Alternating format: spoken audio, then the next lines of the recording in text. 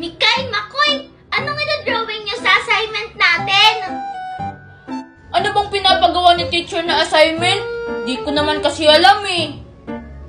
Sabi ng teacher, mag-drawing na tayo ng favorite natin ng gulay. Hindi ka naman kasi nakikinig, Makoy eh. Hoy! Ano ba yun? Wala akong favorite na gulay. Eh di naman kasi ako kumakain ng gulay eh. Basta ako, mag-drawing ako ng talong. Favorite ko yun eh. Maraming sustansya. Ako naman, mag-drawing ako ng kamatis. Sa English, tomato, pangpalakas ng puso. Sige, Mikay, magsimula tayong gumawa ng assignment natin. Mag-drawing na tayo. Sige, Angel. Hoy! Ano kayang idodrawing ko? Wala naman akong maisip. Alam ko na!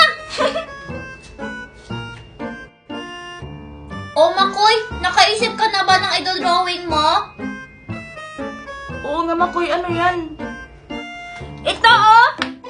Shadam!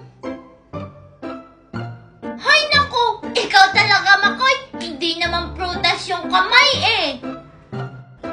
Hoy! Mamaya na lang ako gagawa ng assignment. Kakain na lang muna ako. Ikaw bahala Makoy. Basta kaming dalawa ni Mikay, gagawa na kami ng assignment. Grabe, ang sarap talaga! Mikay, malapit ka na ba matapos sa dinodrawing mo? Oo, Angel, malapit na. Kinukulayan ko na lang para maganda. Wow! Ako din Mikay, kinukulayan ko na lang tong talong ng violet. Ito kamatis ko naman, kulay red para hinog.